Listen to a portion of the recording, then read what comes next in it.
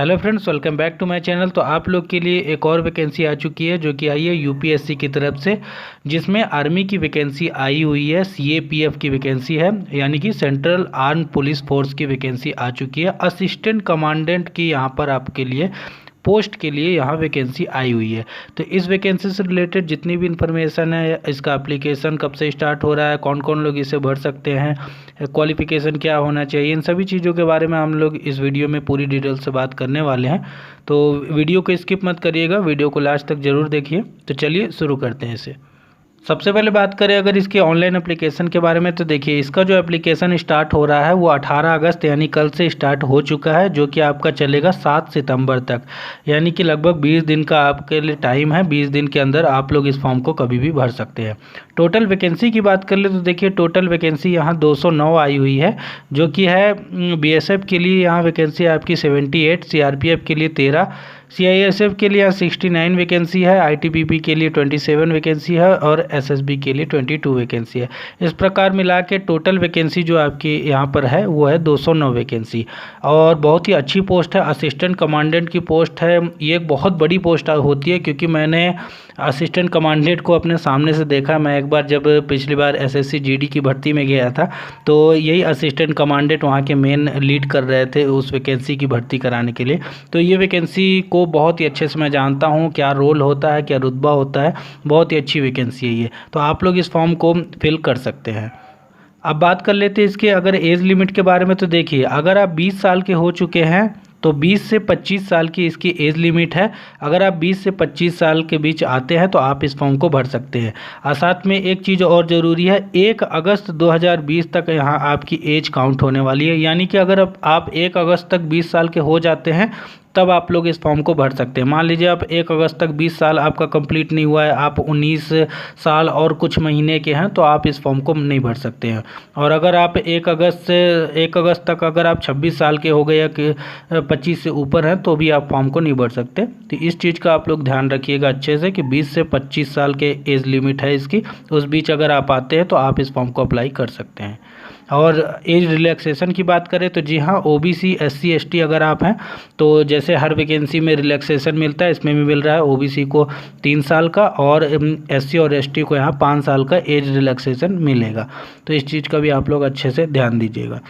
दोस्तों अब बात कर ले अगर इसके एजुकेशनल क्वालिफिकेशन के बारे में, तो देखिए यहाँ ग्रेजुएशन डिग्री मांगा गया है, यानी कि बैचलर डिग्री।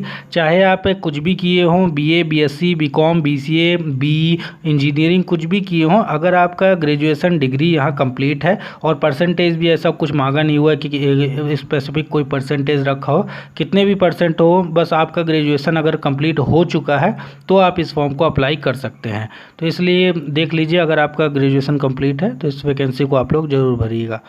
बात कर ले अगर जिन लोगों के पास अगर एनसीसी का सर्टिफिकेट है तो वो लोग भी एनसीसी सर्टिफिकेट अपना यहाँ लगा सकते हैं। उन लोग के लिए भी यहाँ कुछ छूट मिल जाएगी। तो इसलिए अगर आपके पास एनसीसी का यहाँ सर्टिफिकेट है तो इस फॉर्म को भर दीजिएगा। साथ में अगर एक चीज़ बता दूँ इसके एप्लीकेशन फ़ीस के बारे में, तो देखिए जनरल और ओबीसी के लिए यहाँ 200 रुपये की फॉर्म फीस रखी गई है। और एससी एसटी और जितनी भी फीमेल है, फीमेल चाहे किसी भी कैटेगरी की हो, उन लोगों के लिए फॉर्म फीस एकदम फ्री है। इसमें कोई भी आपका चार्ज नहीं लगने वाला है। तो इसलिए आप लोग इस फॉर्म को देख लीजिएगा। अब बात कर लेते हैं इसके सिलेक्शन प्रोसीजर के बारे में। तो देखिए इसका जो सिलेक्शन प्रोसीजर होने वाला है, इसमें आपका सबसे पहले एग्ज़ाम होगा, उसके बाद आपका यहाँ फिजिकल टेस्ट होने वाला है, यानी कि रनिंग वगैरह। इसके बाद जो 3rd स्टेज होगा उसमें आपका इंटरव्यू होगा, पर्सनल इंटरव्यू। तो इन 3 स्टेज से आपको होकर गुजरना है। आप लोग अगर इन तीनों स्टेज को क्लियर कर जाते हैं तो आपकी इसमें जॉब लग जाएगी। तो देखिए पहला जो स्टेज है यानी कि रिटन एग्जामिनेशन, तो एग्जामिनेशन जो होगा आपका OMR सीट पे होगा, कंप्यूटर में नहीं होना है। और एग्जामिनेशन डेट जो इन्होंने दी हुई है वो है 20 दिसंबर को, 20 दिसंबर 2020 को आपका यहाँ एग्ज़ाम होने वाला है, मतलब कि अब से लगभग 4 महीने बाद। और यहाँ देखिए यहाँ एग्ज़ाम में आपके 2 एग्ज़ाम होने हैं और वो दोनों एग्ज़ाम जो है वो एक ही दिन होंगे। तो सबसे पहला पेपर 10 बजे होगा, 10 से 12 का टाइम, यानी 2 घंटे का टाइम मिलेगा आपको। और दूसरा पेपर जो होगा वो 2 बजे से 5 बजे के बीच होगा, यानी कि 3 घंटे का टाइम मिलेगा आपको। तो देखिए पहला पेपर जो होना है उसमें क्या क्या आएगा। तो पहला पेपर टोटल 250 मार्क्स का होने वाला है। और दूसरा पेपर जो है वो 200 मार्क्स का होने वाला है। तो इसमें आएगा क्या क्या वो मैं आप लोग को अब बता देता हूँ यहाँ पर अच्छे से। तो देखिए जो पहला पेपर होने वाला है उसमें आपकी यहाँ रीजनिंग आएगी, जनरल साइंस आएगा, आपका करंट अफेयर्स आएगा, चाहे वो नेशनल हो इंटरनेशनल हो, इंडियन पॉलिटी आएगी, इकोनॉमी आएगी, ज्योग्राफी भी आएगी, हिस्ट्री भी आएगी यहाँ पर आपकी, और ये देखिए इंडियन है और वर्ल्ड ज्योग्राफी जो है, और इतनी चीज़ आपकी पेपर 1 में आनी है। फिर पेपर 2 में जो है वहाँ आपका क्या आने वाला है, तो वहाँ आपका एसे आएगा, और ये जो है वो इंग्लिश लैंग्वेज में होगा, यानी कि यहाँ इंग्लिश में आपको एसे लिखना रहेगा, जो कि ये भी 2 पार्ट में बदलाया है। यानी कि देखिए पार्ट बी जो होगा उसमें आपका इंग्लिश आएगा जिसमें आपको एसे लिखना होगा। टोटल 120 मार्क्स का ये है, जैसे कि मैंने आप लोग को बताया कि दूसरा पेपर 200 मार्क्स का होगा। तो पार्ट बी जो इसका होगा उसमें 120 मार्क्स का एसे आएगा, और पार्ट ए जो होगा उसमें भी एसे लिखना रहेगा, लेकिन वो आप हिंदी या इंग्लिश वो आपकी इच्छा है, आप किसी भी लैंग्वेज में लिख सकते हैं। लेकिन वो ऐसे जो रहेगा उसके जो टॉपिक्स होंगे वो टॉपिक्स होंगे आपके हिस्ट्री से हो सकते हैं, पॉलिटी से, ज्योग्राफी से, इकोनॉमी के, या सिक्योरिटी या ह्यूमन राइट्स के जो इशू होते हैं उनके ऊपर यहाँ पर ऐसे हो सकते हैं। उन्हें आप हिंदी या इंग्लिश आपकी इच्छा है किसी भी लैंग्वेज में लिख सकते हैं। तो दूसरे जो आपका दूसरा पेपर होगा उस पर मानिए तो आपका ऐसे ही लिखना है। तो ये आपका 2 पेपर होगा एक ही दिन में, जैसे यूपीएससी में होता है, इसी प्रकार का यहाँ हुआ करता है। अब उसके बाद अगर बात कर लें कि इसमें जो फिजिकल टेस्ट आपका होने वाला है उसमें क्या क्या होगा, तो देखिए फिजिकल टेस्ट में जो आपका यहाँ पर होने वाला है तो वहाँ आपका यहाँ होगा, रेस होगी आपकी 100 मीटर की रेस होने वाली है, जिसमें आपका 16 सेकेंड मेल को यहाँ मिलेगा, फीमेल को 18 सेकेंड मिलेगा। इसके बाद 800 मीटर की एक और रेस होगी जिसमें 3 मिनट 45 सेकेंड मिलेगा आपको मेल के लिए, फीमेल के लिए 4 मिनट 45 सेकेंड मिलेगा। यहाँ बहुत टाइम मिल रहा है वैसे आपको दौड़ने के लिए। लॉन्ग जंप जो होगा यहाँ पर वो 3.5 मीटर का होने वाला है, 3 चांस मिलेंगे मेल को, 3 मीटर का होगा फीमेल के लिए, 3 चांस मिलेंगे। शॉट पुट जो होगा आपका यहाँ पर वो 7.26 किलोग्राम का आपका होने वाला है, और 4.5 मीटर का यहाँ मेल के लिए होगा, और फीमेल के लिए ये शॉर्ट पुट नहीं होने वाला है। हाँ एक चीज़ और, अगर आप कोई ऐसी प्रेग्नेंट महिला हैं तो आप लोग इस फॉर्म को ना ही अप्लाई करिए, क्योंकि आपको यहाँ रिजेक्ट कर दिया जाएगा। यहाँ साफ साफ लिखा हुआ है कि कोई भी ऐसी मेडिकल इमरजेंसी, अगर आपकी कोई ऐसी मेडिकल कंडीशन चल रही है तो आपको यहाँ रिजेक्ट कर दिया जाएगा, इसलिए आप पहले ही इस फॉर्म को ना भरें। इसके बाद बात करें इंटरव्यू के, तो देखिए इंटरव्यू आपको बहुत ज़्यादा क्रूशल होने वाला है, क्योंकि यहाँ 150 मार्क्स आपके मिलेंगे। 150 मार्क्स का आपका इंटरव्यू और पर्सनालिटी टेस्ट होगा, और अगर आप इसे भी क्वालिफाई कर जाएंगे उसके बाद आपका फाइनल सिलेक्शन होगा, आपकी मेरिट लिस्ट आएगी, अगर उसमें आपका नाम होता है तो आपका यहाँ फाइनल सिलेक्शन हो जाने वाला है असिस्टेंट कमांडेंट की पोस्ट पर, जो कि एक बहुत ही बढ़िया पोस्ट है, बहुत ज़बरदस्त पोस्ट है। हाँ देखिए अब एक ज़रूरी बात मैं आप लोग को बता देने वाला हूँ। फिजिकल में दौड़ तो वहाँ पर हो ही गई है, दौड़ का मैंने बता ही दिया है। अब आपका यहाँ पर बात कर लेते हैं कि हाइट चेस्ट क्या मांगने वाला है। तो देखिए मेल के लिए जितने भी यहाँ लड़के हैं उनके लिए यहाँ 165 सेंटीमीटर की हाइट मांगी गई है, लड़कियों के लिए 157 सेंटीमीटर की हाइट मांगी गई है। लड़कों के लिए चेस्ट जो है वो 81 सेंटीमीटर मांगा गया है, लड़कियों के लिए चेस्ट की ज़रूरत नहीं है। वेट जो है लड़कों का 50 किलो होना चाहिए और लड़कियों का 26 किलोग्राम होना चाहिए। आई साइट की अगर बात कर लेते हैं तो देखिए यहाँ जो डिस्टेंट विज़न होना चाहिए आपका, यानी कि बेहतरीन आई के लिए, यानी कि बेटर आई अगर आपकी है तो 6/6 का आपका यहाँ विज़न होना चाहिए। अगर आपका एकदम विज़न जो है वर्ड्स आई है, थोड़ी सी ख़राब भी है, तो 6/12 की होनी चाहिए।